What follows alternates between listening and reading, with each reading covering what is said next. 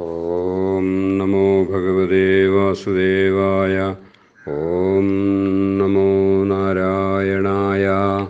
ഓം മഹാവിഷ്ണുവേ നമഃ. പീതാംബരം കരവിരാജിതശംഖചക്രകൗമോദഗീ സരസിജം കരുണാസമുദ്രം രാധാസഹായമതിസുന്ദരമന്ദഹാസം വാതാലയേശമനിശം ഹൃദി ഭാവയാമി. ഓം നമോ ഭഗവതേ വാസുദേവായ. അഥ ചതുസ്ത്രിംശത്തമോऽധ്യായ. ശ്രീശുക ഉവാച. ഏകദാ ദേവയാത്രായാം ഗോപാലാജാതകൗതുകാ അനോഭിരനടുദ്യുക്തൈഃ പ്രയയുക്തൈംബികാവനം തത്ര സ്നാത്വാ സരസ്വത്യാം ദേവം പശുപതിം വിഭും ആനർച്ചോരർഹണൈർഭക്ത്യാ ദേവീം ച നൃപതേംബികാം. ഗാവോ ഹിരണ്യം വാസാംസി മധുമധ്വന്നമാദൃതാഃ ബ്രാഹ്മണേഭ്യോ ദദുഃ സർവേ ദേവോ നഃ പ്രിയതാമിതി. ഊഷു സരസ്വതീതീരെ ജലം പ്രാശ്യധൃതൗ വ്രതാഃ രജനീം താം മഹാഭാഗാ നന്ദസൂനന്ദഗാദയാം. കച്ഛിന്മഹാനഹിസ്തസ്മിൻ വിപിനേതി ബുഭൂഷിതഃ യദൃച്ഛയാഗതോ നന്ദം ശയാനമുരവോഗ്രസീദ്. സചുക്രോശാഹിനോ ഗ്രസ്തം കൃഷ്ണമഹാനയം സർപ്പോ മാം ഗ്രസതേ ദാദാ പ്രപന്നം പരിമോചയ. തസ്യ ചാക്രന്ദിതം ശ്രുത്വാ ഗോപാലാ സഹസോത്ഥിതാഃ ഗ്രസ്തം ച ദൃഷ്ട്വാ വിഭ്രാന്താ സർപ്പം വിവ്യധുരുൽമുഖൈഃ. അലാദൈർദഹ്യമാനോപി നാമുഞ്ചത്തമുരംഗമഃ തമസ്പൃശത്പദാഭ്യേത്യ ഭഗവാൻ സാത്വതാംബതി. സ വൈ ഭഗവതഃ ശ്രീമത്പാദസ്പർശഹതാശുഭ ഭേജേ സർപ്പവപൂർഹിത്വാ രൂപം വിദ്യാധരാർച്ചിതം. തമവൃച്ഛദൃഷീകേശ പ്രണതം സമുപസ്ഥിതം ദീപ്യമാനേന വപുഷാ പുരുഷം ഹേമമാലിനം. ഓ ഭവാൻ വരയാ ലക്ഷ്മ്യാ രോചതേദ്ഭുതദർശന കഥം ജുഗുപ്സിതാമേതാം ഗതിം വാ പ്രാപിതോവശാം. സർപ്പ ഉവാച. അഹം വിദ്യാധര കച്ചിത് സുദർശന ഇതി ശ്രുതഃ ശ്രിയാ സ്വരൂപസമ്പത്യാ വിമാനേനാചരം ദിശ. ഋഷീൻ വിരൂപാനാംഗിരസ പ്രാഹസം രൂപദർപ്പിതഃ തൈരിമാം പ്രാപിതോ യോനിം പ്രലബ്ധൈः സ്വേന പാപ്മനാ. ശാപോ മേനുഗ്രഹായൈവ കൃതസ്ഥൈ കരുണാത്മഭിः യദഹം ലോകഗുരുണാ പദാ സ്പൃഷ്ടോ ഹതാശുഭാ. തം ത്വാഹം ഭവഭീതാനാം പ്രപന്നാനാം ഭയാപഹം ആപൃച്ഛേ ശാപനിർമുക്തഃ പാദസ്പർശാദമേവഹൻ. പ്രപന്നോസ്മി മഹായോഗിൻ മഹാപുരുഷസത്പദേ അനുജാനീഹി മാം ദേവ സർവലോകേശ്വരേശ്വര.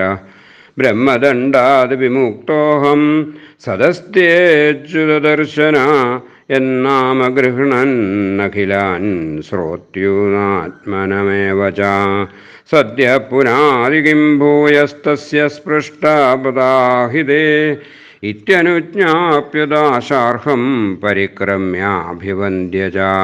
സുദർശനോ ദിവം യാതഃ കൃച്ഛ്രാന്നന്ദച്ഛമോചിതഃ നിശാമ്യ കൃഷ്ണസ്യ തദാത്മവൈഭവം വ്രജൗകസോ വിസ്മിതചേതസസ്തതഃ. സമാപ്യ തസ്മിൻ നിയമം പുനർവ്രജം നൃപായയുസ്തത്കഥയൻ ദയാധൃതാ. കഥാചിദഥ ഗോവിന്ദോ രാമശ്ചാദ്ഭുതവിക്രമ വിജഹ്രതുർവനെ രാത്ര്യാം മന്ധ്യഗൗരജയോഷിതാം ഉപഗീയമാനൗ ലളിതം സ്ത്രീജനൈർബദ്ധസൗഹൃദൈ സ്വലംകൃതാനുലിപ്താംഗൗ സ്രഗ്വന്നൗ വിരജോംബരൗ ദിശാമുഖം മാനയന്താ ഉദിതോടുപതാരകം മല്ലികാഗന്ധമത്താളിജുഷ്ടം കുമുദവായുനാം ജഗതുസ്സർവഭൂതാനാം മനഃശ്രവണമംഗളം തൗ കൽപ്പയന്തൗ യുഗപത്സ്വരമണ്ഡലമൂർച്ഛിതം ഗോപ്യസ്തദ്ഗീതമാകർണ്യ മൂർച്ഛിതാനാഭിതന്നൃപാ സ്രംസദ്ഗുലമാത്മാനം സ്രസ്തകേശസ്രജം തതഃ ഏവം വിക്രീഡതോ സ്വൈരം ഗായതോ സംഭ്രമോത്തവദ് ശംഖചൂഡൈതി ഖ്യാതോ ധനധാന്യുജരോ ഭൃഗാദ് തയോർനിരീക്ഷതോ രാജം സ്തന്നാഥം പ്രമദാജനം ക്രോശന്തം കാലയാമാസ ദിശ്യൂദീച്യാമശങ്കിതാം ക്രോശന്തം കൃഷ്ണരാമേതി വിലോക്യ സ്വപരിഗ്രഹം യഥാഗാദസ്യുനാഗ്രസ്താ ഭ്രാതരാവന്വധാവതാം മാഭൈഷ്ടേത്യഭയാരവരൗ സാലഹസ്തൗ തരസ്വിനൗ ആസ്വേദതുസ്തം തരസാ ത്വരിതം ഗുഹ്യഗാധമം സവീക്ഷ്യതാവനുപ്രാപ്തൗ കാലമൃത്യൂയിവോദ്വിജൻ വിസൃജ്യ സ്ത്രീജനം മൂഢ പ്രാദ്രവജ്ജീവിതേച്ഛയാം തമന്വധാവത് ഗോവിന്ദോ യത്ര യത്ര സധാവതി ജിഹീർഷുസ്തജി ഗുരുവായൂരപ്പ ജിഹീർഷുസ്തച്ചിരോരത്നം തസ്തൗ രക്ഷൻ സ്ത്രിയോ ബല അവിദൂരൈവാഭ്യേത്യ ശ്രീശിരസ്തസ്യ ദുരാത്മനാ ജഹാരമുഷ്ടിനൈവാംഗ സഹചൂടാമണിം വിഭൂ ശംഖചൂഡം നിഹത്യൈവം മണിമാദായ ഭാസുരം അഗ്രജായ ദദാത് പ്രീത്യ പശ്യന്തീനാം ജയോഷിതാം. ശ്രീകൃഷ്ണാർപ്പണമസ്തു.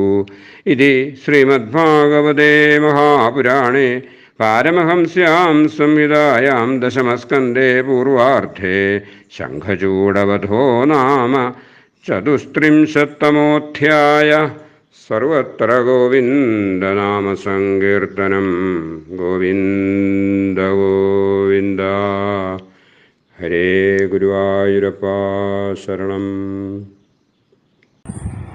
ഓം നമോ ഭഗവതേ വാസുദേവായ. ഗുരുർബ്രഹ്മാ ഗുരുർവിഷ്ണു ഗുരുർദേവോ മഹേശ്വര.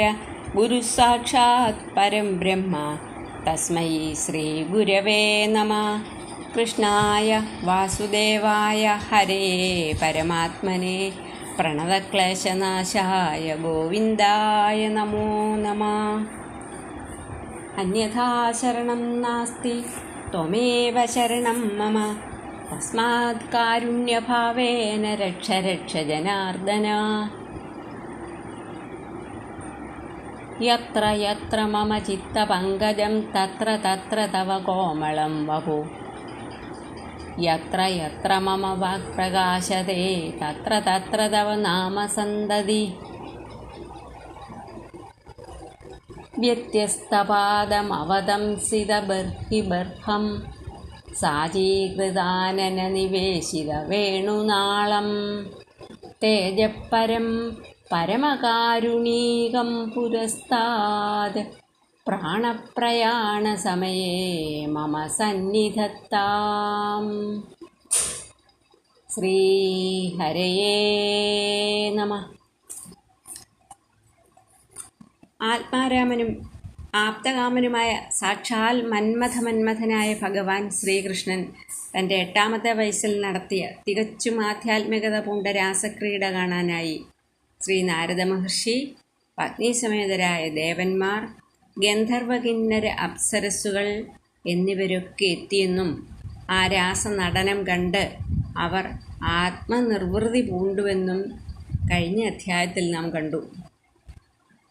സർവവും മറന്ന് സകലതും ത്യജിച്ച് കാമാവേശത്തോടെ ഭഗവാന്റെ സമീപത്തേക്ക് ഓടിവന്ന സാധുക്കളായ ഗോപസ്ത്രീകളുടെ അഭീഷ്ടങ്ങൾ സാധിപ്പിച്ച് അവരുടെ കൃത്യാലുള്ള കാമവികാരത്തെ ശുദ്ധീകരിച്ച് പരമഭക്തകളാക്കി മാറ്റി ഭഗവാൻ. പിന്നീട് ഭഗവാൻ അവരെ പരമപദത്തിൽ എത്തിക്കുകയും ചെയ്തു. അനന്യഭക്തിയോടുകൂടിയ ഗോപികമാരുടെ ആഗ്രഹം നടത്തിക്കൊടുത്ത് ഭഗവാൻ മന്മഥനെ ജയിച്ച കഥ വർണ്ണിച്ചതിന് ശേഷം 34-ാം അധ്യായത്തിൽ സുദർശന ശാപമോക്ഷം, ശംഖചൂഡവധം എന്നീ കഥകൾ ശ്രീ ശുകബ്രഹ്മർഷി പറയുന്നു.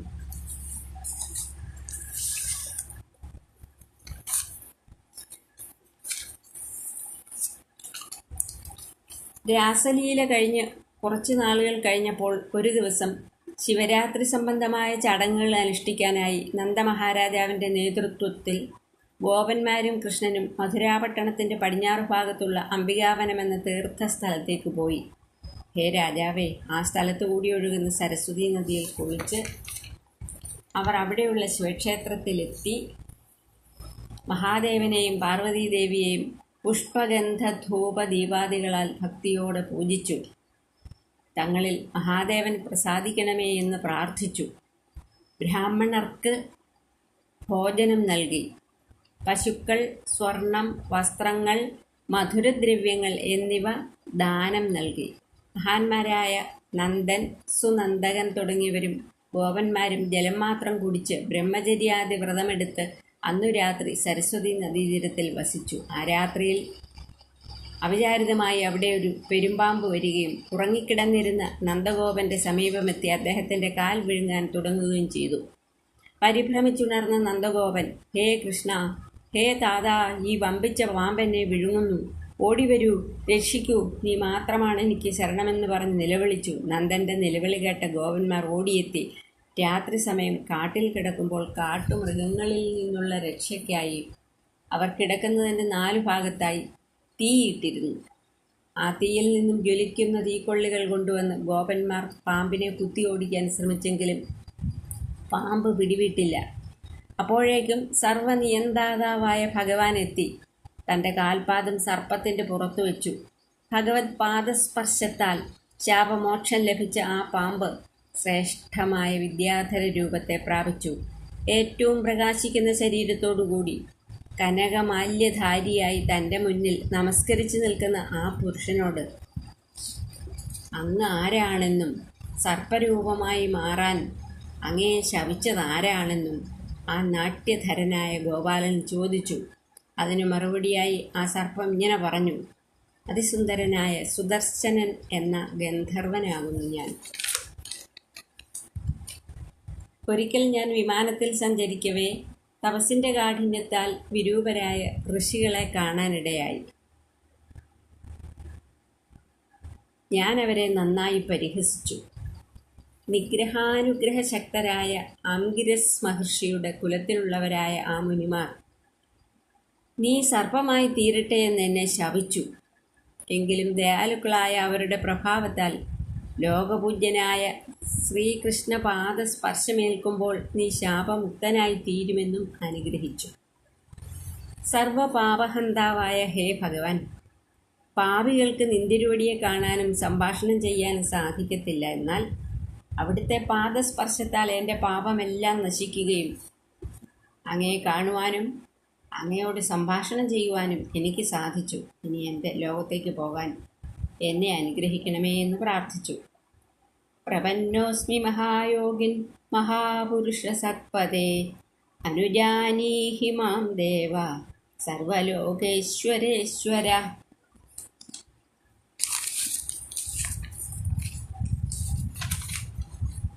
ഞാൻ നിന്തിരുവടിയെ ശരണം പ്രാപിച്ചിരിക്കുന്നു. അങ്ങ് എന്നെയും അനുഗ്രഹിക്കണമേ. സർവലോകത്തെയും സൃഷ്ടിക്കുന്ന നിന്തിരുവടി മഹായോഗിയാകുന്നു. ബ്രഹ്മാദിദേവന്മാരും മായാശക്തിയും അവിടത്തേക്ക് വശംവദരാണ്.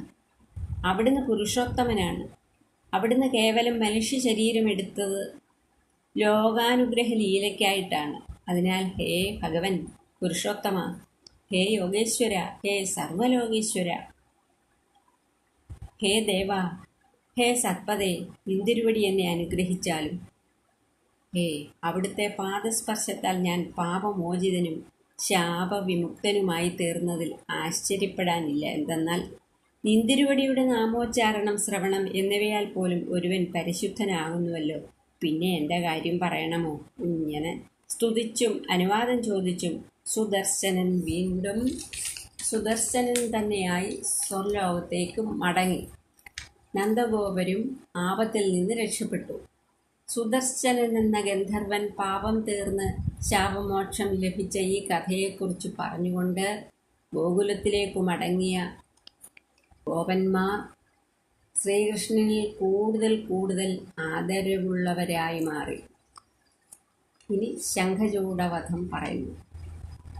ശംഖചൂഡവധത്തിനായി രാമകൃഷ്ണന്മാർ പുറപ്പെട്ടു. അവരോടൊപ്പം ഇതൊന്നും അറിയാതെ ഗോപികളും ഉണ്ടായിരുന്നു. വസന്തകാലത്തിൽ ആ വനം മനോഹര ശോഭയുള്ളതായിരുന്നു. രാമകൃഷ്ണൻ വീര്യാദി സദ്ഗുണങ്ങളെ വർണ്ണിച്ചുകൊണ്ട് ഗോപികമാർ അവരുടെ ചുറ്റും നിന്ന് കീർത്തിച്ചു. ക്രീഡാലോലുപരായി അവർ കാട്ടിൽ സഞ്ചരിച്ചു. രാമകൃഷ്ണന്മാർ മനോഹര ഗീതങ്ങൾ പാടി. ആ ഗാനത്തിൽ ലയിച്ച് ഗോപികമാർ ദേഹസ്മൃതി പോലുമില്ലാത്തവരായി. ഈ സമയം ശംഖചൂഡൻ എന്നു പേരായ കുബേരഭൃത്യൻ അവിടെ എത്തുകയും രാമകൃഷ്ണന്മാരെ വകവയ്ക്കാതെ അവരെ കാണുക തന്നെ ഗോപികമാരെ വടക്ക് ദിക്കിലേക്ക് ബലാത്കാരേണ അപഹരിച്ചു കൊണ്ടുപോവുകയും ചെയ്തു. ഹേ കൃഷ്ണ, ഹേ രാമ, ഞങ്ങളെ രക്ഷിക്കണമേ എന്നവർ കരഞ്ഞു പറഞ്ഞു. ഇത് കണ്ട രാമകൃഷ്ണന്മാർ ഗോപികളോട് പറഞ്ഞു, ഭയപ്പെടേണ്ട, ഞങ്ങൾ രക്ഷിക്കാം. രാമകൃഷ്ണന്മാർ കൈകളിൽ ഓരോ വൃക്ഷം പുഴക്കി പിടിച്ചുകൊണ്ട് ആ ഗുഹ്യകൻ്റെ പിന്നാലെ അതിശീഘ്രം ഓടി. ഇത് കണ്ട് ഭയന്ന ശംഖചൂഡൻ ഗോപികമാരെ വിട്ട് ഓടിപ്പോയി. ശംഖചൂഡൻ്റെ ശിരസ്സിലെ രത്നം എടുക്കണമെന്നുറച്ച് ബലരാമനെ ഗോപികമാരുടെ അടുത്ത് കാവലാക്കിയിട്ട് ഭഗവാൻ ശംഖചൂഡൻ്റെ പിന്നാലെ ചെന്ന് അവൻ്റെ ശിരസ്സറുത്ത് അതിലുള്ള പ്രകാശിക്കുന്ന രത്നമെടുക്കുകയും ബലരാമൻ്റെ അടുത്തെത്തി അത് ജ്യേഷ്ഠന് കൊടുക്കുകയും ചെയ്തു. അങ്ങനെ അവരെല്ലാവരും സന്തോഷത്തോടുകൂടെ പോയി എന്ന് പറഞ്ഞുകൊണ്ട് 34-ാം അധ്യായം സമാപിക്കുന്നു. എൻ്റെ എല്ലാ വാക്കുകളെയും ഭഗവത് പാദത്തിൽ സമർപ്പിക്കുന്നു. സർവത്ര ഗോവിന്ദനാമസങ്കീർത്തനം. ഗോവിന്ദ ഗോവിന്ദ. ഹരി ഓം.